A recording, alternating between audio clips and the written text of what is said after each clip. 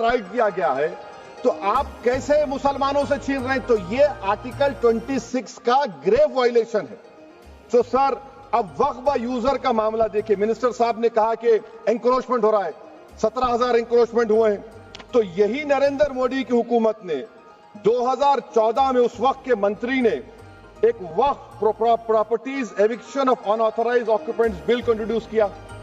आपने विड्रॉ कर लिया 2024 में उसको। क्यों विड्रॉ किया सर आपने? जब आप मान रहे थे कि एंक्रोचमेंट हो रहा है तो आपने बिल को विड्रॉ कर लिया। अच्छा सर, अब वक्फ व यूजर को आपने निकाल दिया।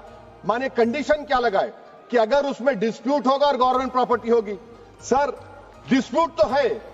मिसाल के तौर पर मोहिबुल्लाह साहब जिस मस्जिद के इमाम है, पार्लियामेंट के सामने मस्जिद है सर, 123 प्रॉपर्टीज में मस्जिद है, डिस्प्यूट चल रहा है। कल कलेक्टर या डिस्ट्रिक्ट ऑफिसर बोलेगा कि भाई साहब ये गवर्नमेंट प्रॉपर्टी है, स्टिकर लगा दिया जाएगा, मस्जिद बंद, गवर्नमेंट प्रॉपर्टी हो गई। होगी ना सर?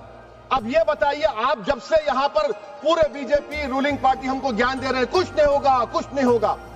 मैं दलील के साथ बता रहा हूं आपको, ये मस्जिद दिल्ली गवर्नमेंट बोलती हमारी है, वक्फ दिल्ली वक्फ बोलता हमारी है।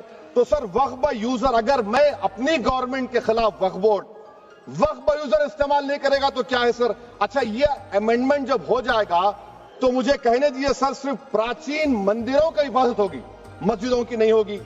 अब सर आप आ जाइए, अगर डिस्प्यूट मेरा एंशिएंट मॉन्यूमेंट से वक्फ का, एक मिसाल दे रहा हूं, दिल्ली में 172 वक्फ प्रॉपर्टीज एएसआई कंट्रोल में है।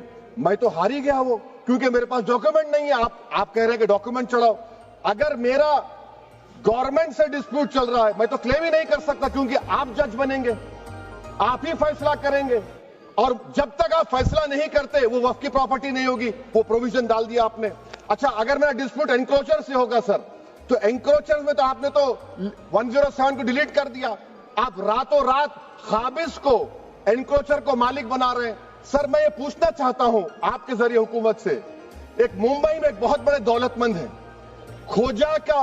खोजा बरादरी का यतीम खाना था, उन्होंने 2004 या 5 में 22 करोड़ में खरीद लिया। वो केस सुप्रीम कोर्ट में कि आप उनको मालिक बनाना चाहती है लिमिटेशन एक्ट अप्लाई करके, हमको बताइए, हम जानना चाह रहे हैं। और सच्चर कमेटी ने सर 2007 में कहा कि दिल्ली के 123 प्रॉपर्टीज की मार्केट वैल्यू 6,000 करोड़ की। आज हम 2025 में आ गए, क्यों आप उन प्रॉपर्टीज के खिलाफ पड़े हुए? 1976 में उस वक्त के वजीर आजम इंदिरा गांधी लेटर लिखा, इसको आप दे दीजिए, मगर आप उसको मानने को तैयार नहीं है। तो सर, और एक जो झूठ फैलाया जा रहा है, management empowerment efficient development. Sir, this bill takes any management from the hands of Muslims, disempowers the waqf in comparison to any other stakeholder, takes away the efficiency of administration and hampers development. Waqf disempowerment in the name of efficiency, inefficiency is being created. The progress of development from pre-independence till today is thought to be destroyed. Sir, अभी हमारे home minister साहब ने फजल पोकया case का जिक्र किया। Sir, मैं आपसे गुजारिश करूंगा कि होम मिनिस्टर जरा अच्छे लोगों को रखकर इंफॉर्मेशन ले। फजल पोकया का ऑबिटर क्या है? इट इज ऑबिटर, वो रेशियो डेसेंडेंटाई नहीं है जो आपने कहा है। अच्छा सर, शेड्यूल ट्राइब के बारे में कहा, क्या शेड्यूल ट्राइब में मुसलमान नहीं होते? शेड्यूल कास्ट में नहीं होता मुसलमान, शेड्यूल ट्राइब में मुसलमान होता। तो क्या आर्टिकल 25 मेरा चला गया, आर्टिकल 26 चला गया, आर्टिकल 14 चला गया, 15 चला गया, 29 चला गया? लक्षद्वीप का एक मुसलमान एमपी है, क्या उसको राइट नहीं है क्योंकि ट्राइबल है? क्या कह रहे हैं आप? इस ऐवान को क्यों गुमराह कर रहे हैं आप शेड्यूल ट्राइब के नाम पर? सर, और एक चीज जो आपको बता रहा हूं सर, अब आप जब आर्टिकल 26 से मेरा सोर्स है, तो आप सेंट्रल वक्फ काउंसिल में 22 में से 10-11 आप नॉन मुस्लिम को बना सकते हैं। रिलीजन न्यूट्रल आपने कह दिया, और आप बनाएंगे, क्यों बनाएंगे आप? स्टेट वक्फ बोर्ड में 7 नॉन मुस्लिम होंगे और 4 मुसलमान। क्यों होंगे? क्योंकि आप लॉ में 95 में डायरेक्ट मैनेजमेंट में ले सकते हैं 5 साल के लिए।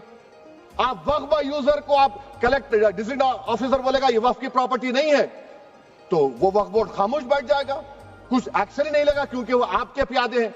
अच्छा, जब आप नॉमिनेट करेंगे सर मैं मोदी गवर्नमेंट के खिलाफ नो कॉन्फिडेंस ला सकता हूं, मगर वक्फ बोर्ड का चेयरमैन जो नॉमिनेट होगा उसके खिलाफ नो कॉन्फिडेंस नहीं ला सकते हम, बिल्कुल नहीं ला सकते। क्या मजाक है बताइए आप, ये डेमोक्रेसी है। नॉमिनेट भी स्टेट गवर्नमेंट करेगी, वो अगर डिक्टेटर बन जाएगा जैसा आज भारत में हो रहा है तो वो भी नहीं हटेगा। कम से कम यहां पर तो इलेक्शन है, वहां पर तो आप 5 साल झेलते रहो उसको। अच्छा सर, अब ये जो क्लॉज 11 और क्लॉज 9 आप 16AA से देखिए, where the qualification of the members of the board has been limited only to 3 categories contained in 14(1)(c). Intention is very clear that the majority is to be packed with non-Muslims. So who will defend my interests, sir? If I cannot depend on the state work board, central work council, which are going to comprise non-Muslims, this in itself is a clear violation of Article 26, 14 and 15, sir. अच्छा sir, CO पहले 95 act में था कि word मुस्लिम, आपने गायब कर दिया उसको। अरे आखिर क्यों इतनी नफरत है आपको लफ्ज मुसलमान से? अच्छा फिर क्या कह रहे हैं आप कि ये भी आर्टिकल 26 का वायलेशन है। सब जितने हिंदू धर्म के प्रॉपर्टीज है, सिख धर्म के, बौद्ध के हैं और आपके जैन के, वहां पर उन्हीं के मजहब का ऑफिसर होगा। और कहां पर नहीं होगा? वक्फ बोर्ड में। Waqf board is a pure religious institution, इसको समझने की जरूरत है। तो आप ये कर दे रहे हैं सर। अच्छा सर, आप देखिए, अब आप आ जाइए ये ट्राइब्यूनल पर। मुझे समझ में नहीं आया सर कि हमारे होम मिनिस्टर वजीर दाखिला ने क्या कह दिया कि 2013 का जो कानून है वो नहीं बनता तो हम नहीं लेके आते।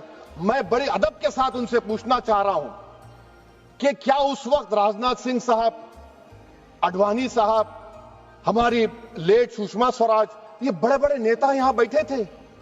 आपने यूनानिमस उस कानून को पास करवा दिया। कीर्ति आजाद थे उस वक्त, अब यहां बैठे हैं वो टीएमसी में। तो क्या आप गलत थे या वो गलत थे? हमको बता दीजिए, आप बता दीजिए। क्योंकि अगर अडवाणी आपके लिए बहुत बड़ा नेता है, मेरे लिए नहीं हो सकते, आपके लिए आपने पद्मश्री दिया उनको। मोहतरमा सुषमा स्वराज की जबरदस्त तकारीर का मैं कायल हूं, वो बैठकर उस 2013 को यूनानिमस पास कर दिए। मुझे कंफ्यूजन है कि क्या अमित शाह, नरेंद्र मोदी बड़े हैं या अडवाणी बड़े हैं? आपके लिए आप तय कर लीजिए। अच्छा सर, आपके tribunal sir, railway Clements tribunal, NGT tribunal, income tax, वैसे 14-15 ट्राइब्यूनल, हिंदू एंडोमेंट का ट्राइब्यूनल, सबका अपील नहीं होती, रिव्यू होता है। गृह मंत्री सरकार कह रही है कि नहीं, रोक दिए, रोक लगा। कैसे रोक लगाते हैं? रिव्यू और अपील में तो फर्क होता है ना सर। आप ही कह रहे हैं कि पूरे कोर्ट्स में बैकलॉग है और आप अपील कर रहे हैं। अच्छा सर, रिटायर्ड डिस्ट्रिक्ट जज 95 में सिटिंग डिस्ट्रिक्ट जज था, जो एडमिनिस्ट्रेटिव कंट्रोल था सीजीआई साहब, उसको निकाल दिए। अच्छा सर,